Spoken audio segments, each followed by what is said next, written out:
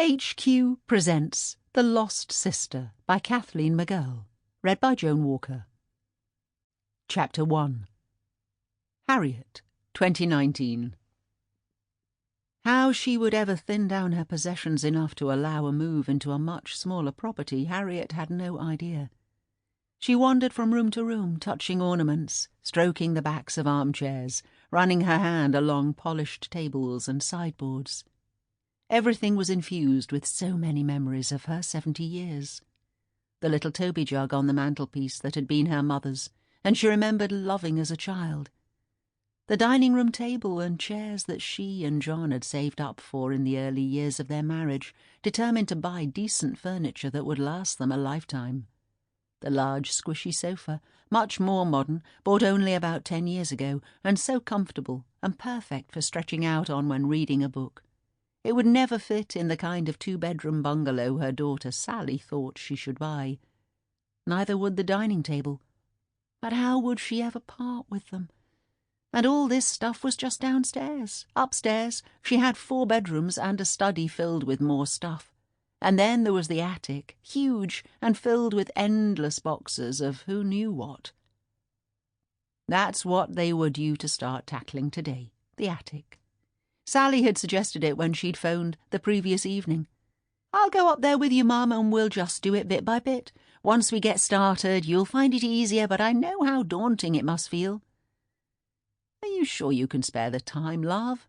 Harriet had asked. "What about Jerome?" "He's doing well today. He's in school, and he should be well enough to go to school tomorrow, so I'll have time. See you around 10. Get some chocolate croissants in for me from McKinley's bakery, will you?" "Sure, of course, love," Harriet had replied. And now the croissants were warming in the oven, the coffee was made, and at any moment Sally would arrive, and they'd have to get started on the attic, going through the 40 years' worth of junk and memories that were stored up there. Outside it was a blustery March day, raining on and off. The perfect day to tackle an indoor job, even one that was likely to be difficult and emotional.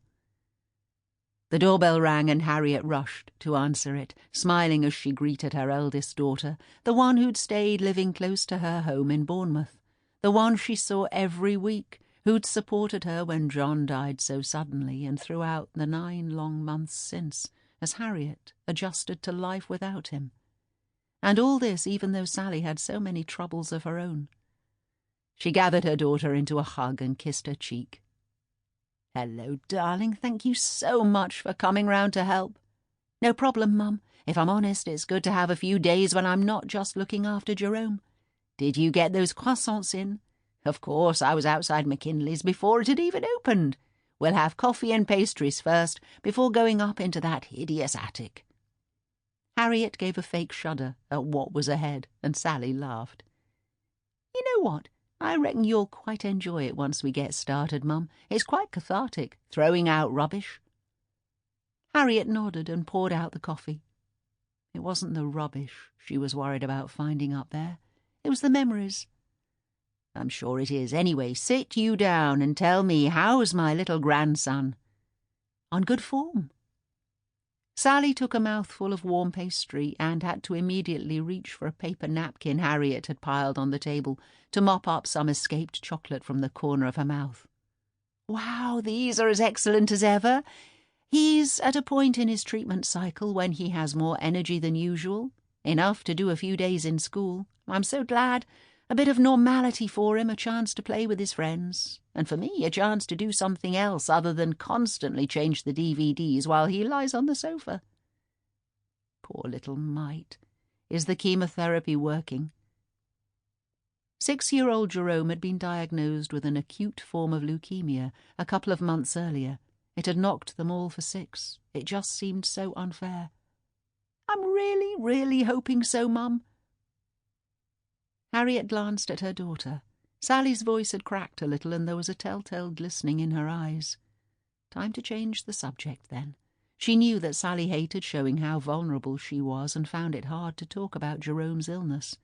Even in the early days when he'd just been diagnosed, she'd struggled to put into words what the consultant had told her. Half the point of today was to give Sally a chance to take her mind off Jerome for a few hours.